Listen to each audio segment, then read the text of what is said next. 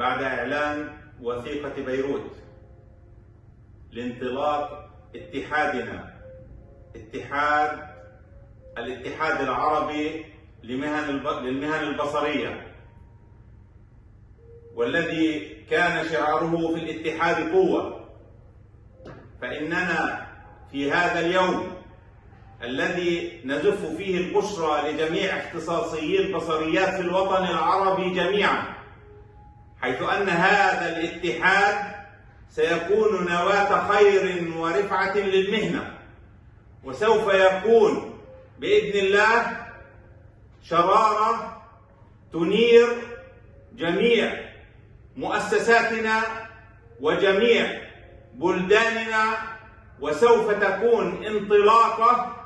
لمهننا في دولنا، وستكون بشرى خير للجميع. وبناء على ذلك نعلن الهيئة التنفيذية لهذا الاتحاد